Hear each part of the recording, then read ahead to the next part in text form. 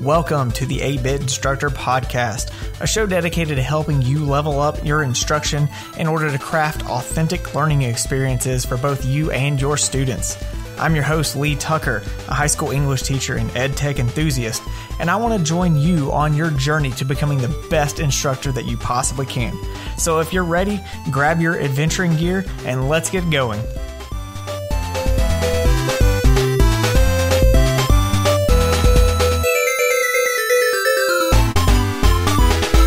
Hey, what's up, 8-Bit crew? Today is Thursday, April 15th, and this is episode 36 of the 8-Bit Instructor Podcast.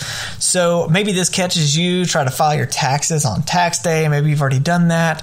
Some of you might be on spring break. If you're on spring break, hopefully you have been having a nice, restful, and relaxing time. We are back in school. We were off last week, and it's that long haul to summer break, folks, but we're going to make it. We're going to get there, and hopefully we'll have a nice end of the year and get some rest and get ready for what's coming in the fall. If you hear stuff in the background, don't be worried. That's just the sounds of spring. You'll probably hear, I'm hearing some birds chirping. There's very, very much a possibility that you're going to hear a bunch of kids screaming and yelling around the neighborhood, and even possibly a lawnmower or two, because it's just that time of year. The sun it's been out. It's been nice weather, been able to get out, and hopefully you have as well. So later on in the episode, I've got some ideas, some tips, some tricks, just some things about Google Docs that I've put together to help you kind of utilize that to its maximum potential. But before we get into that, we're going to dig around in the treasure chest a little bit and pull out something. But first, we're going to take a look at some news and updates around the education world. There's not a whole lot going on this week. The biggest news from Google is just a storage policy timeline change. So those of you know that the unlimited storage that comes with Google for Education is eventually going to go away. So just a couple of key dates that you might want to keep in mind. June 1st of 2021 is when any high quality photos are going to start counting towards your drive quota. So if you're housing a ton of images on there, just be aware of that. And then next February 1st of 2022, any newly created docs, sheet slides, drawings, forms, or Jamboards are going to count towards your storage. Now, it says that existing files will not count, but they will count if they're modified after that date. So, it sounds great. They're not going to count, but most likely you're modifying a lot of that kind of stuff, and then it's going to start factoring towards your storage. But again, if you look at the amounts of these shared storage things, most folks are not going to have any issues with that. And one new thing that came out from the U.S. Department of Education, the Department of Ed is discharging over $1.6 billion in HBCU capital finance debt. So the Department of Education is releasing $1.6 billion for historic Black colleges and universities to help kind of negate some debts that they have accrued to help them out. The new Secretary of Education, Miguel Cardona, he's quoted as saying, our HBCUs have long been on an uneven playing field financially as compared to many other post-secondary institutions. This relief will further support these mission-critical institutions and help to ensure they have more resources to educate and graduate students during the unprecedented COVID-19 pandemic. So this, along with some several other funds, will grant all these various HBCUs more than $5 billion to go toward debts that have incurred for like campus stuff. So what this allows them to do is to take some other funds and put them more towards things that will help their students out, whether it's technology. They mentioned things like social emotional awareness of students and all that kind of stuff. So it's nice to see when education entities are able to do things to help students out when money becomes a little bit less of an issue. So that's some good stuff coming out there, and hopefully it will bring a lot of great things coming in the future. All right, like I said, pretty slow news week. That's all I've got. So we're going to go ahead and pop open the treasure chest and see what's inside before we head to the boss battle. All right, so the treasure chest this week contains a quote from Goethe. Yes, Johann Wolfgang von Goethe, but we just call him Goethe. I think it'd be cool to be so awesome and so well known that you just go by your last name. Like, I don't know that I would ever get big enough where I would just get called Tucker. But anyway, Goethe once said, treat people as if they were what they ought to be, and you help them to become what they are capable of being. And that idea just kind of stood out to me when I came across that quote of how we utilize that in our classrooms. And my question is, what do you see in your students? We have to keep in mind, I think a lot of times, that we are teaching students who are not fully developed individuals. I think sometimes we expect them to be maybe a little bit more than they are, to have things more figured out than they do.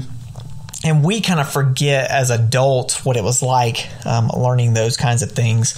I know when I think back now, where I am now versus when I was a teenager, and I think, man, like, I didn't have a clue. Like, I was so just naive and completely just whatever.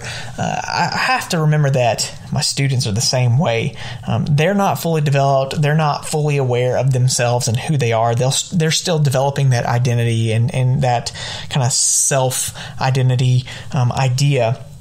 And I think it's easy for us to see that potential in what we would call the good students, right?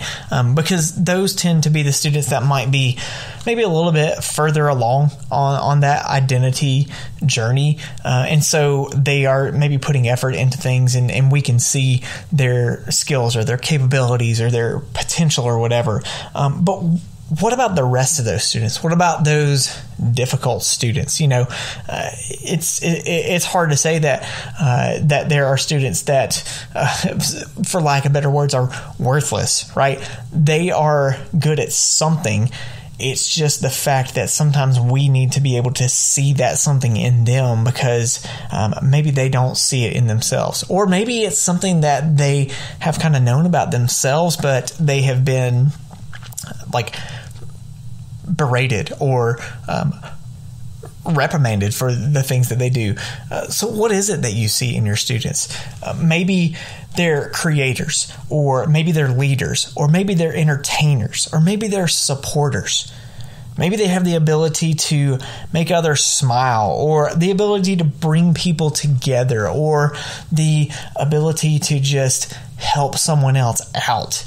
And I think sometimes we take for granted the things that are our kind of natural tendencies and don't think about them as being unique to us. So what are those things that you can see in your students, and how can we help further empower them to kind of lean into those skills? And I think of stuff like students who are entertainers, let's say. They're the ones that get in trouble in class a lot of times, right? Because they're interrupting or they're making jokes or whatever. And again, there's a time and a place for that. But how many times do those students get empowered to do some of that stuff? And so that's just my thought for you this week is, what can we do to see the good in our students and help them become what they are capable of being? So that takes care of this opening segment. Up next, we will get in deep with Google Docs in this week's Boss Battle.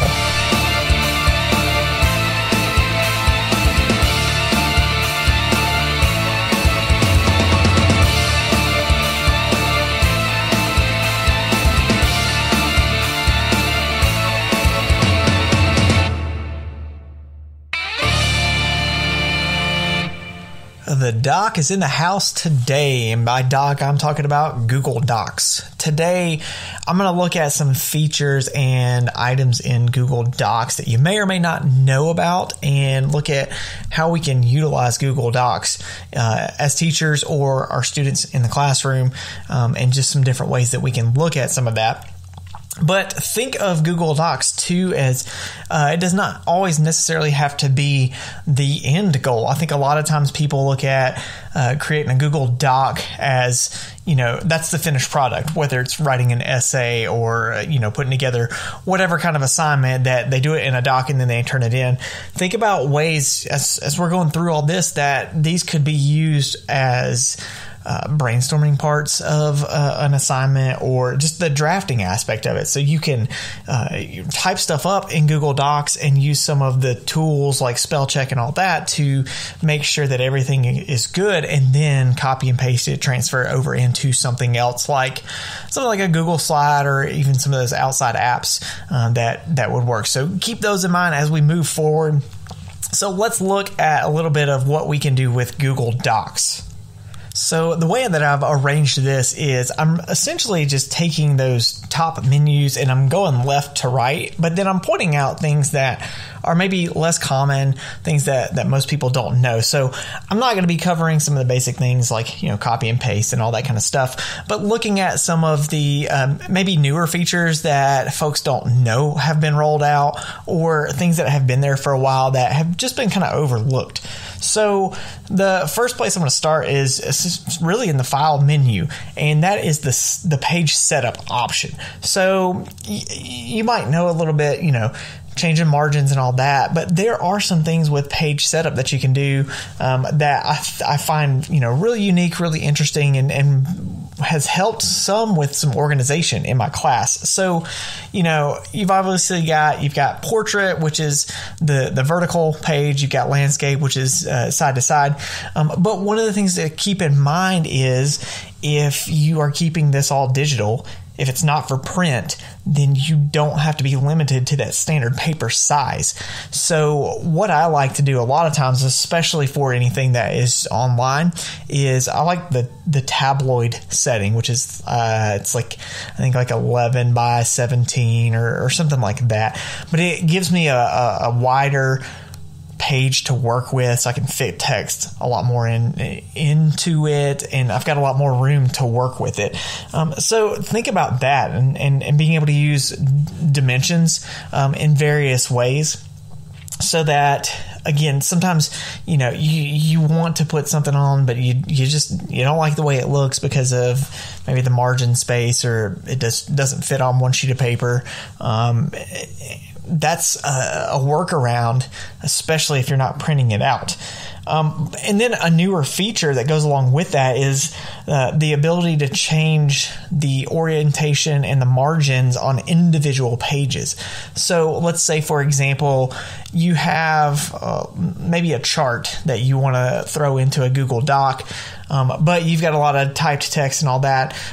Think something like a report, maybe, where you want to use some charts and graphs to show some information, but then you're writing about the rest of it. And sometimes those charts might be really wide for a standard portrait mode kind of page, and to fit it into that margin makes it hard to read. What you can do is you can actually add a page break, or even select what you want and then go into page setup, and you can change the orientation and the margins for just that page or just that selection. That's a newer thing that recently rolled out, which is pretty cool. The thing that I really like to do is work with background color. So you can also change the background color so that you don't just have that plain white background, and there's a little pull down tab, and you've got your standard color palette in there. But I like to use that a lot for organizational purposes. So a couple of kind of tips that I've picked up along the way is one, I would suggest sticking to light background colors just for the ease of reading. But just keep in mind, whatever you decide, if you do a dark background color, you want light colored text. You got to have that contrast to make it easier to read. So you can play around with that kind of stuff. Like I said, I tend to stick to the light background colors. I use that kind of top row lightest color on the color palette. And the other tip that I really have used a lot, especially this year teaching multiple different preps, is I use the background color to color code my different classes. So and this actually kind of goes back to my college days. I had a couple of professors who used a different color paper for their different classes. I can do the same thing digitally now. So anything that is for my sophomore class, I think it's green. And then anything for my senior class, I use orange. Anything that's kind of like a overall school thing, I use purple because that's our school color, you know. So think about ways that you can do that too. And you can even use this for students. One thing that a tip that I've come across, I can't remember exactly who it was that I got it from, but talked about utilizing the color backgrounds for student coding in Google Classroom. So if they have that Google Doc attached, they can use the background color as kind of a code for red means I need help. Yellow means I have some issues when you can get to it. Green means I'm good to go. You can grade my paper. And so what you can do is when you open up Google Classroom, when you've got those thumbnails, rather than having to open up the individual ones, you can visually see very quickly who needs a lot of help and who doesn't. So you can take anyone that's shaded red, you can go work with them first and then move on to the yellow ones or whatever. So think about ways that you could use that color coding for your students as kind of a communication indication. All right, so the view menu doesn't have a whole lot, but there is one part that I wanted to kind of point out, and that is some of the view modes. Most of you are familiar with the edit mode because that is the standard mode that a doc comes in, and a lot of you probably know the view only mode because when you share stuff with others, then you typically will set it to view only. But I wanted to point out the suggestion mode, and basically what that is if you share a document with someone else, like let's say you want them to read over and give you some feedback on it. Obviously, you can use the comments feature on it to comment on thoughts and all that. But if it's just a simple edit or a simple kind of fix, you can use suggestion mode. And what it is when you type something in on suggestion mode, it does not permanently change it. It's going to put it in like a little green box as a suggestion. So if I share something with somebody and maybe they think I should take out this phrase, if they highlight that phrase and then hit delete, it's not going to delete that phrase from my document. It's just going to add a little box around it with a strike through that essentially tells me as the writer, hey, this person suggests that you delete that phrase. And then what you can do is you can actually go into view the suggested edits. If you go into one of the later menus in the tools, there's a review suggested edits option, and it will kind of walk you through all the different suggestions that have been made. So it's a pretty easy and quick way to go through that revision process, especially if you have somebody else reading it. So it'd be a great thing to use for peer reviews. It'd be a good one too if you as the teacher are just going through and providing feedback and edit suggestions rather than changing the document. You can throw those suggestions in there. So keep that in mind moving forward.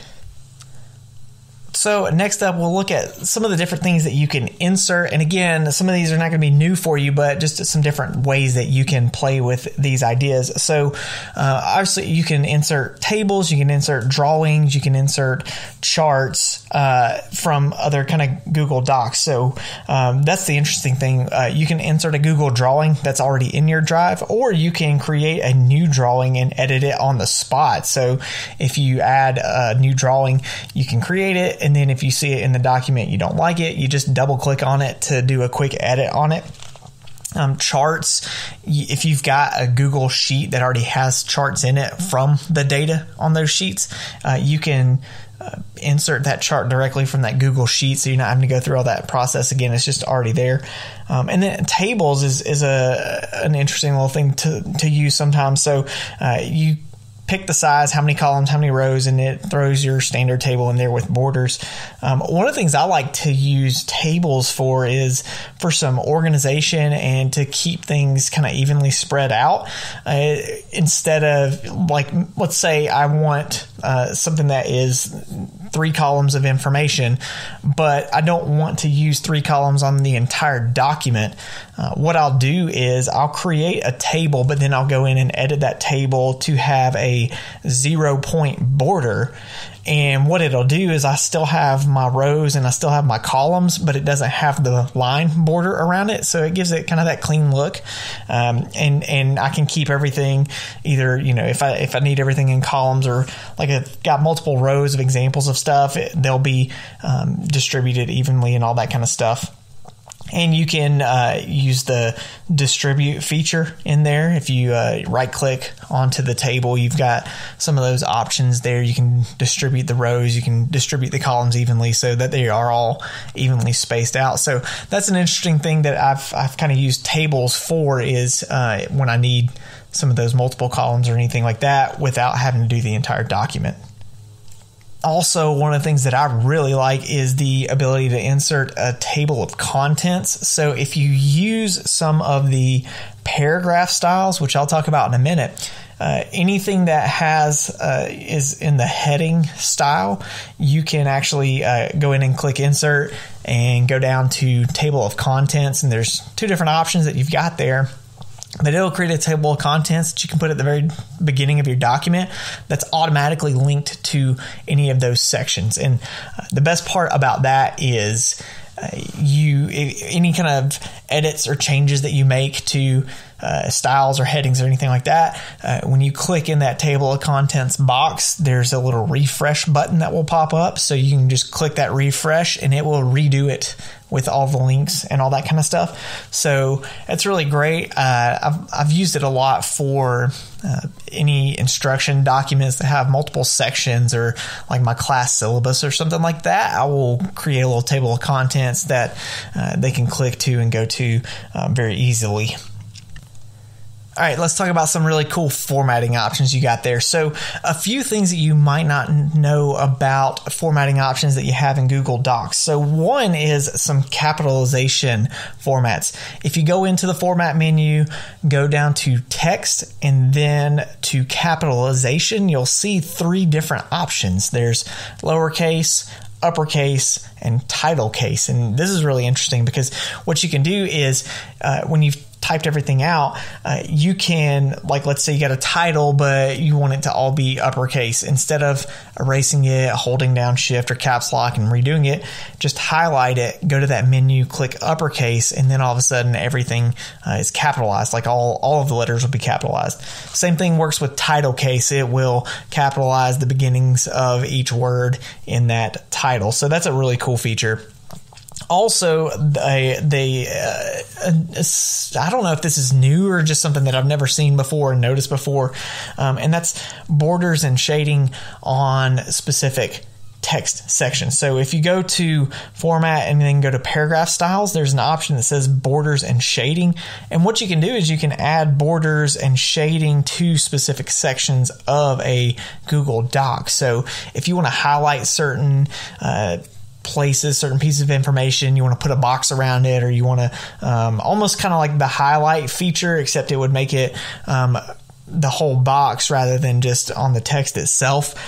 You highlight whatever you want, go to that menu in paragraph styles, border and shading, and then you can select, the kind of border that you want. If you want it dashed or dotted or whatever, you can pick what color you want it to be shaded. And again, just little things like that you can highlight key pieces of information in your document if you want to.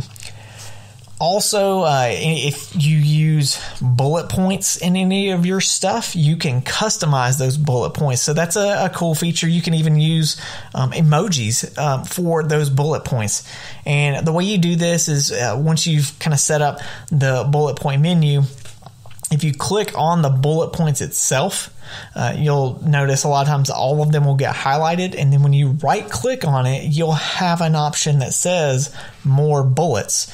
And instead of using those standard ones that are on there, you can use more bullets, and then you can pick any of those symbols in there. So you've got emojis, you've got different other bullet points, all that kind of stuff. So you can customize it that way too. If you've got a document and want to kind of theme it out with different types of emojis, that's a great thing to do, just to add a little bit more style, a little bit more personality to the documents that you're putting together. And then using paragraph styles, this is something that I have become a huge fan of just because it's a very easy formatting thing to do. Also, if you change anything in the paragraph styles, when you save it, it changes everything that has been formatted that way. So you can actually customize those paragraph styles. I think the default in Google Docs is some variations of the Arial font. But if you want to use a couple of different fonts and then some different settings on it, make the title, you might have something that's bold and really big, maybe an italicized version for heading 1, a different font that's underlined for heading 2 and all that. You can actually save those and create your own customized paragraph fonts or paragraph styles. So when you find a font setting that you like, then when you go to that paragraph styles menu, you can either go through the format menu, or there's a little side menu next to the font. In the toolbar, you'll see it says normal text typically, but when you click on it, there's multiple settings. And then if you just go down to whatever submenu you want. So like, let's say I've got one that I want to use for heading 1. When I hover over heading 1, I have the option to apply heading 1, but also there is an option to update heading 1 to match. So I can take whatever kind of font style, size, bold, underlined, all that kind of stuff, color, and I can update the heading to match it. So I have my customized title, subtitle, and then heading fonts. And then if you want to take it even a step further, if you find a great combination of fonts and styles that you really like, you can go down to the bottom where there's an option submenu, and you can save that as your default style. So what that does is whatever Google account you do that on, any future Google Doc that you create will use those settings. So if you want to create your own customized paragraph styles, then you don't have to worry about changing it every time you do a new doc. You can set it as default and then use it from there. So that's a really cool thing that you can do. And I'm pretty sure I have a tutorial that I've put together for that I will link to in the show notes. And then the last thing I want to really look into is the tools menu. And there are a lot of really great tools in the tools menu to use. Some of them you're probably familiar with, things like spelling, grammar check, and all that. But again, I wanted to kind of take a look at some of the ones that have been lesser used or newer ones. So one is the compare documents tool, and that's a really cool one where you can click on that option and then it will bring up a menu where you can select your Google Drive and you can select a document, and it will compare the two different documents and show you what's similar and what's not. So that can be, that can be a great thing if you are you've got students doing writing assignments, and you can compare documents to make sure that you don't have anybody copying someone else or anything like that. The Citation Tool is a newer feature that is really great. And again, so depending on kind of your philosophy about research and citation and all that, I know there are some teachers who are, very adamant that students need to know how to create their own works cited entries. And then there are others that are not so maybe traditional with that thought, Google has a citation generator now. And, to be honest, especially with the way technology is going, and there are so many different types of sources out there now, and each one has its own different way of being cited and all that, I think that this is a great tool to have for students and for teachers. I mean, if I was writing a research paper and I was quoting a tweet, I don't know that I would off the top of my head know how to actually create that citation. So obviously I'd have to look it up. But again, being resourceful and research based can be helpful. But anyway, with this citation tool, when you open it up, it opens up a sidebar in Google Docs, and then you create a database of all the different sources that you've used, and you'll enter the information. So they've got books, websites, and they've added some newer formats, and probably will continue to update that as they go along. But you add all the information, and it just creates this little database. And then as you're typing your paper or whatever in the Google Doc, anytime you need to add the parenthetical citation, you can just click on that source, and it will add the parenthetical citation for you. Then when you get done, you can create a bibliography at the end of the document. Just add a new page or add a page break, hit Control or Command Enter to create a new page, and then you can click on the button to add a bibliography out of that sidebar, and then it will add all of the sources that have been cited throughout the paper. Now, obviously, it's a tool, it's technology, so I would not suggest just blindly using it. Always double check. Whether it's you or you teaching your students how to use this, make sure that they know how to double check the source information to make sure that everything looks okay. If they're, like I said, if they're just blindly kind of clicking through and adding, there may still be mistakes. Maybe they didn't put the author's name in the right place, and so when it gets cited or when the bibliography entry is created, it does not look right. So make sure, even though we've got those tools to help us out and to make things a little bit easier for us, there's still a need to read back over, to double check, to revise. Another cool newer feature is the Translate Document feature. And basically what that will do is that will create a new document in whatever language you need. So when you click on that, you pick the language. There's a lot of languages on there. And then it will create a new document in that language. So, that'd be great for your ELL students who are still learning English. If you could create an instruction document in their native language, think about how much easier of a time they might have in doing that assignment. And for their parents as well. This would be a great thing if you send out maybe a newsletter, and you do that through Google Docs. You can create a translated version of it in whatever languages you have from parents at home to make your communications with them a lot better.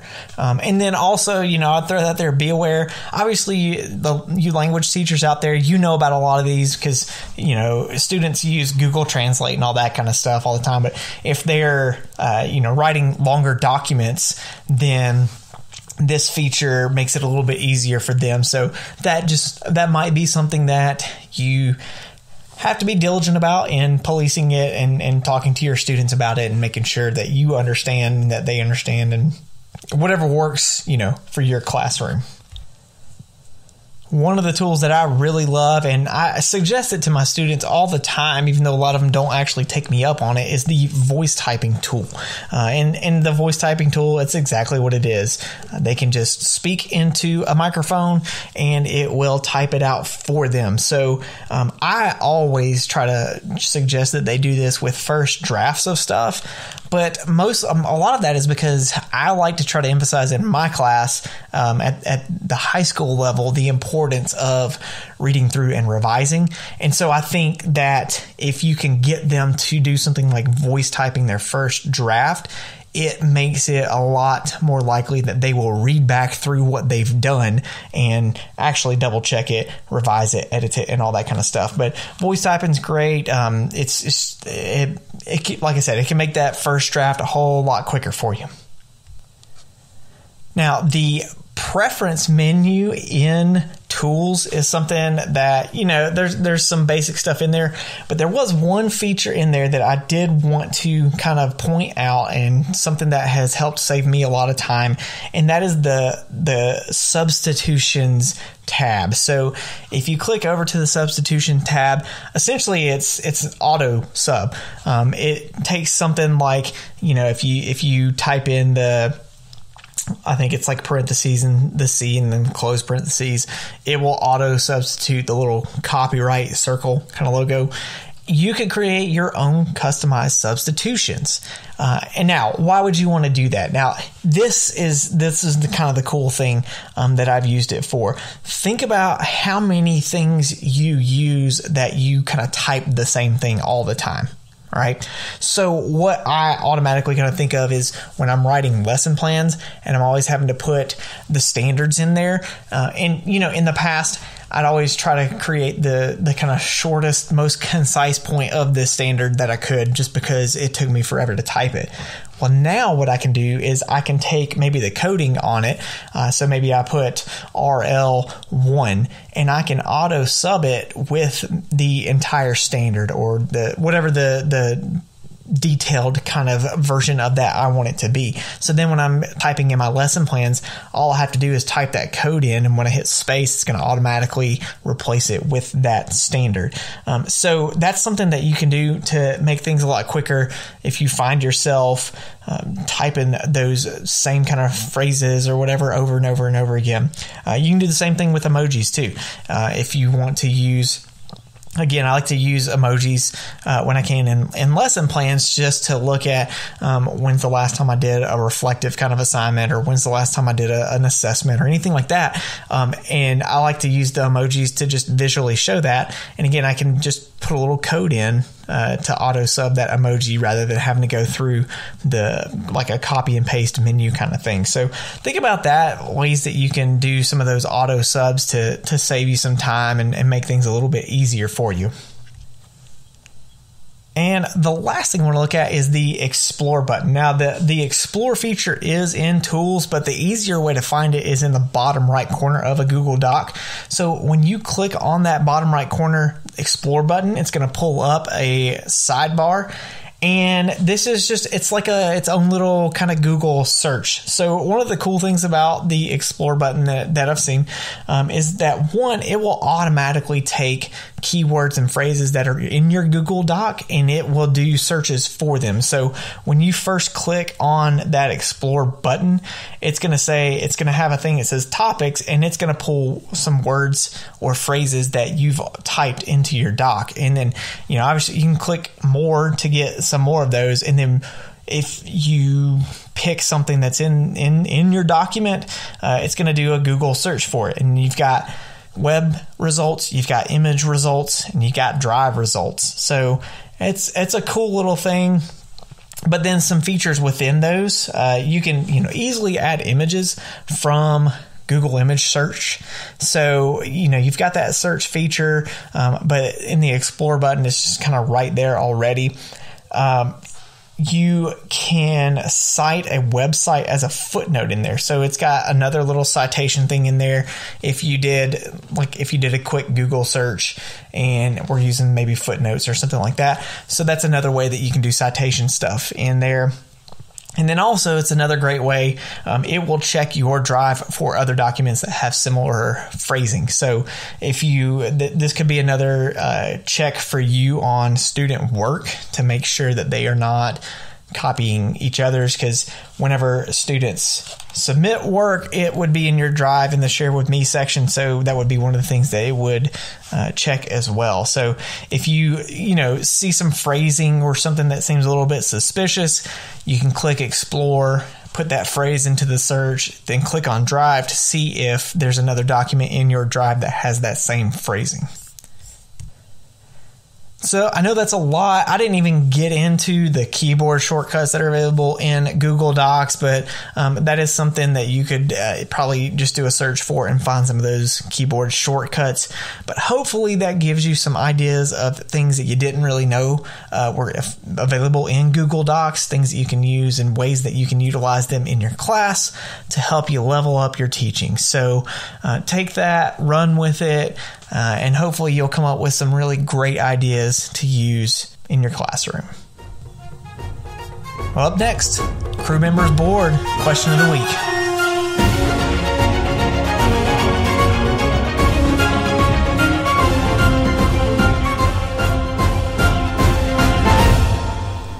All right, so we just spent some time looking into Google Docs and things that you may or may not have known and ways to utilize them in class.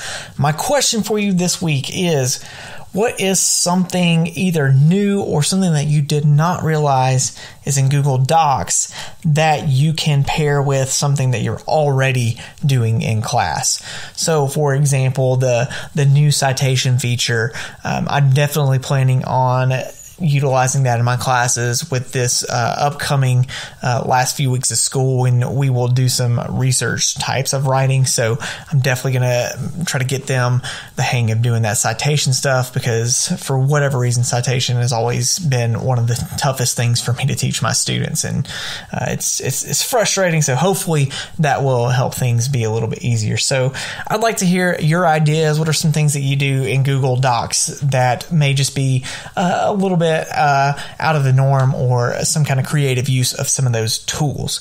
You can tweet me on Twitter. That's kind of redundant, but tweet me at Comic Socks. You can use the hashtag 8BitCrew, or you can add a comment to the show notes on the episode page at 8bitinstructor.com.